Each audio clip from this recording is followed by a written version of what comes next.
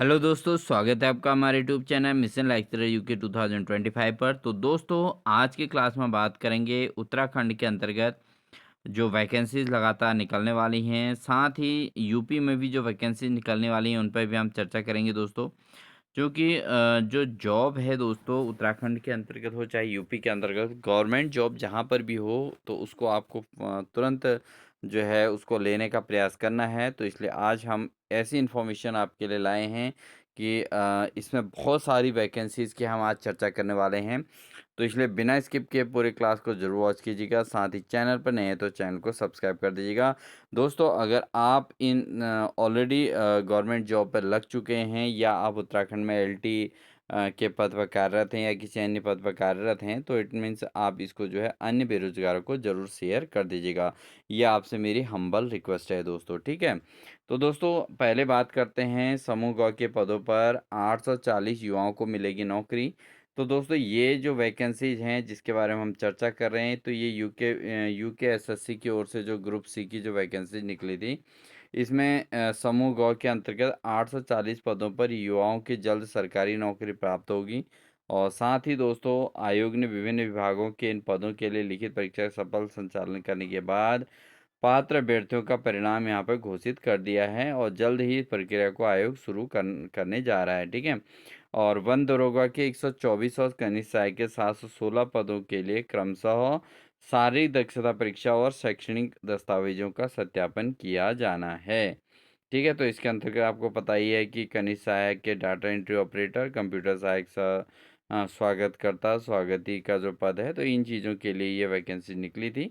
और अक्टूबर 2024 में जो है रिक्तियां प्रकाशित की गई थी और वन दरोगा के 124 पदों के लिए आयोजित शारीरिक दक्षता परीक्षा के परिणाम आगामी 20 से 22 नवंबर तक देहरादून में इसका जो है शारीरिक दक्षता परीक्षा होने वाली है, ठीक है दोस्तों। तो ये तो थी एक पहली अपडेट, बट इसके बाद जो है दोस्तों, अब आपकी जो अपडेट्स होंगी वो आने वाली वैकेंसीज को लेकर होंगी दोस्तों। तो दोस्तों, यूपी में एडेड कॉलेजों में 23,000 से अधिक पदों पर जल्द होगी भर्ती। तो दोस्तों, जो जिस फील्ड में जॉब चाहते हैं और जिस फील्ड की उन्होंने एजुकेशन ले रखी है, उस प्रकार की जॉब यहाँ पर आपको सभी प्रकार की आज हम काफ़ी डिटेल्स जॉब के बारे में चर्चा करने वाले हैं दोस्तों। तो दोस्तों, आप उसके हिसाब से किसी एक चीज़ पर फोकस करके अपनी तैयारी कर सकते हैं दोस्तों, ठीक है।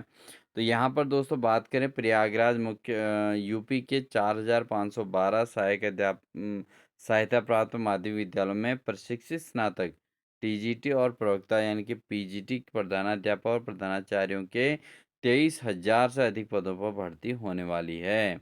तो ये चीज़ आप ध्यान दें दोस्तों, यहाँ पर शासकीय जो विद्यालय हैं वहाँ पर एडेड स्कूल हैं, उनमें 23,000 पदों पर भर्ती का विज्ञापन जारी होगा।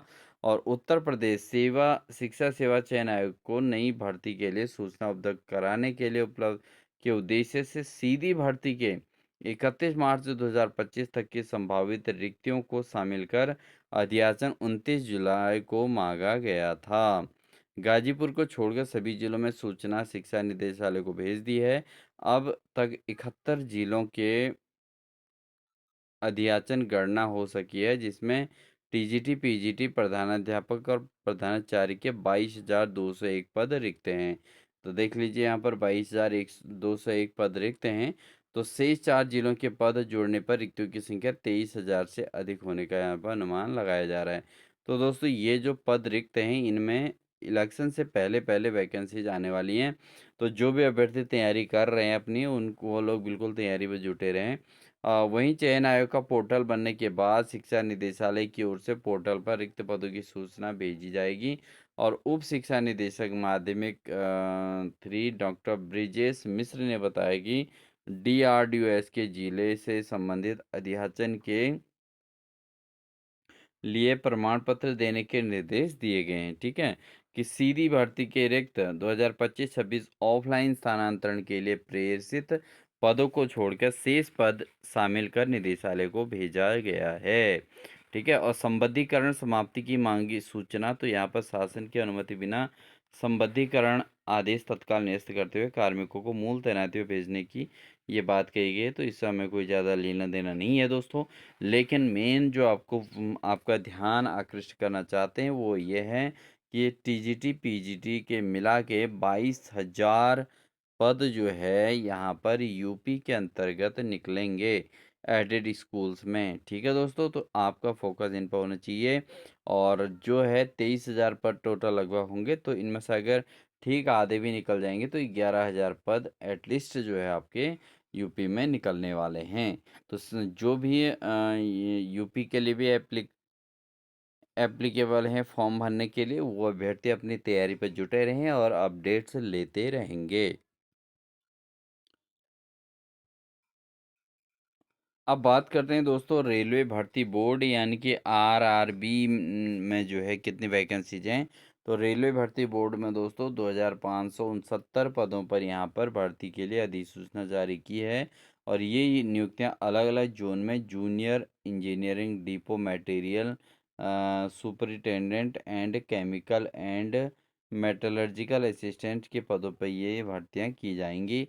और योग्य उम्मीदवार आधिकारिक आधिकारिक वेबसाइट पर जाकर ऑनलाइन आवेदन कर सकते हैं। ठीक है, तो ये जो है आपका टीचिंग से थोड़ा हट गया है, इंजीनियरिंग सेक्टर के लिए है।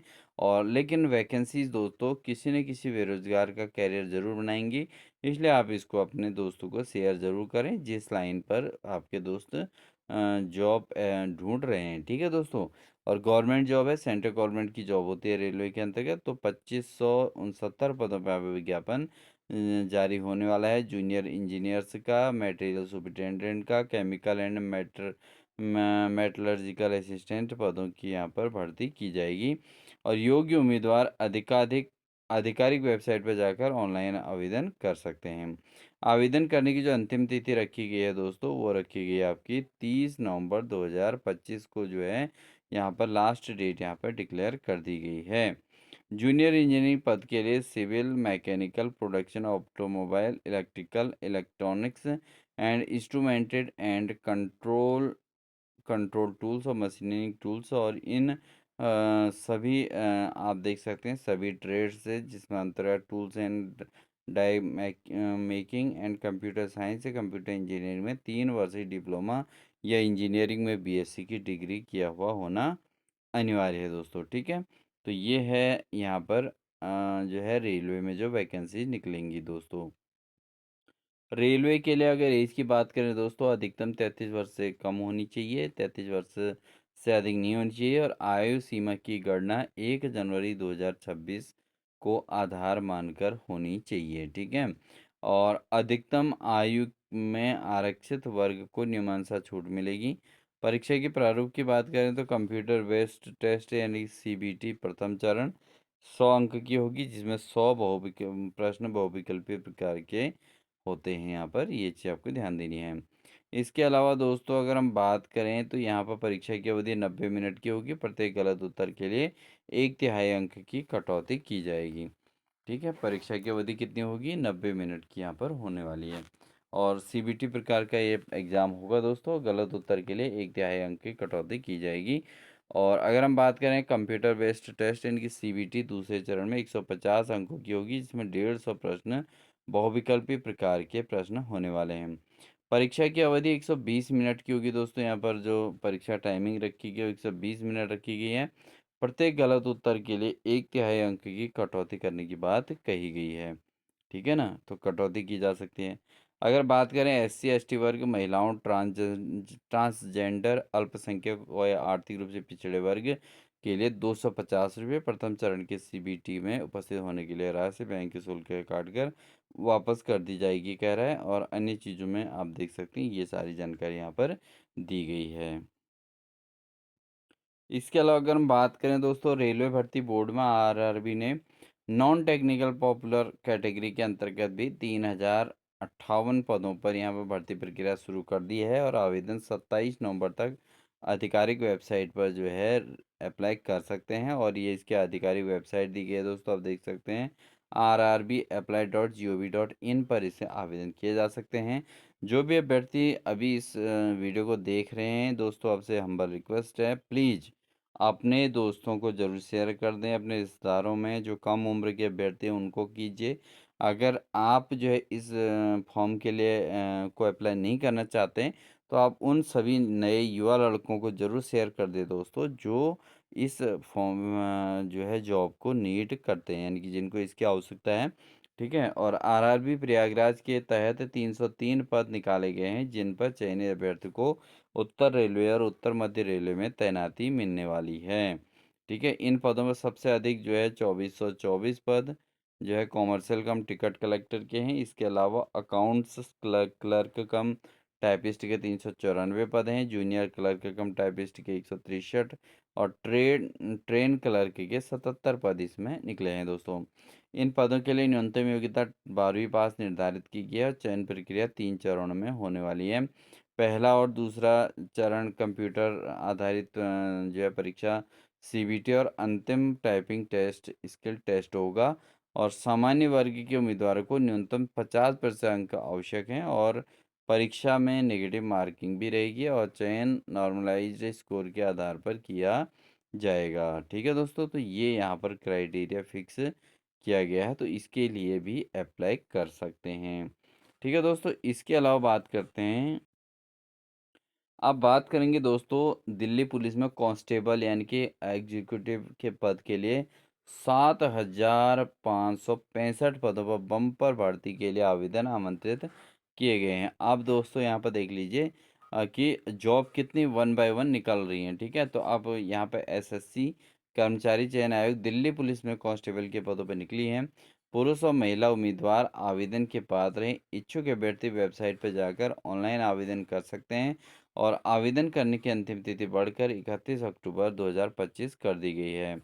ठीक है, और पहले ये तिथि दोस्तों आपकी 21 अक्टूबर 2025 थी, लेकिन अब ये 31 अक्टूबर 2025 कर दी गई थी। तो इस चीज़ को आप समझिए कि ये जो है इसके फॉर्म अप्लाई हो चुके हैं दोस्तों, लेकिन वैकेंसी 7565 पदों पर थी। तो इस चीज़ को आप ज़रूर देख सकते हैं। ठीक है ना, और जिन अभ्यर्थियों ने भी इसमें अप्लाई कर दिया है वो लोग जो है इसकी आधिकारिक वेबसाइट पर ज़रूर देखते रहें दोस्तों कि कब कोई अपडेट यहाँ पे जारी हो रही है। इस चीज़ को आप ज़रूर देख सकते हैं। ठीक है, तो ये चीज़ का ध्यान रखें। बाकी जो है आपको इन्फॉर्मेशन इससे रिलेटेड मिलती रहेगी। तो ये थी दोस्तों इन्फॉर्मेशन। आई होप आपको इन्फॉर्मेशन अच्छी लगी होगी। इन्फॉर्मेशन अच्छी लगी तो वीडियो को लाइक कीजिएगा। साथ ही चैनल पर नए हैं तो चैनल को सब्सक्राइब कर लीजिएगा, क्योंकि किसी भी प्रकार की जॉब से संबंधित कोई भी अपडेट हो तो वो आपको जो है लगातार हमारे चैनल के माध्यम से देखने को मिल सकती हैं और आपके चांस मिस ना हो, इसके लिए हम लगातार अपडेट देने का प्रयास करेंगे। चाहे किसी भी डिपार्टमेंट में वैकेंसीज निकलें, आपको अपडेट करने का पूरा प्रयास किया जाएगा। साथ ही शिक्षा विभाग के अंतर्गत प्रवक्ता और एलटी के पदों की भर्ती को लेकर विशेष तौर पर आपको अपडेट करने का प्रयास किया जाएगा दोस्तों। ठीक है, तो इसलिए चैनल को सब्सक्राइब करके बेल आइकन दबाकर और नोटिफिकेशन ऑन कर लीजिएगा। मिलते हैं नेक्स्ट इन्फॉर्मेशन के साथ दोस्तों, तब तक के लिए अपना ध्यान रखिए। Wish you all the best.